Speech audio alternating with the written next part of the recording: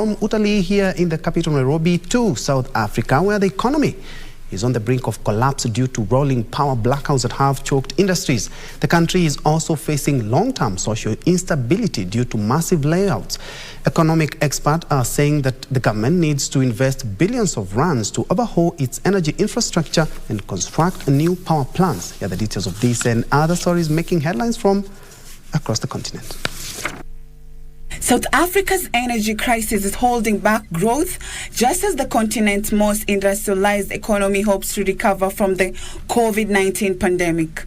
Last week, South African President Cyril Ramaphosa declared a national state of disaster over his country's crippling power shortages, saying it posed an existential threat to the economy and social fabric. The electricity crunch has been years in the making, a product of delays in building new coal-fired power stations, corruption in coal supply contracts, criminal sabotage, and failures to ease regulation to enable private providers to swiftly bring renewable energy on tap. As a result, much of Eskom's coal-fired power plant fleet is aging. Elsewhere, Burkina Faso has acquired 200 kilos of gold from Canadian miner Endeavour. The gold from the Mana mine was made in public interest, and the company will be fully compensated.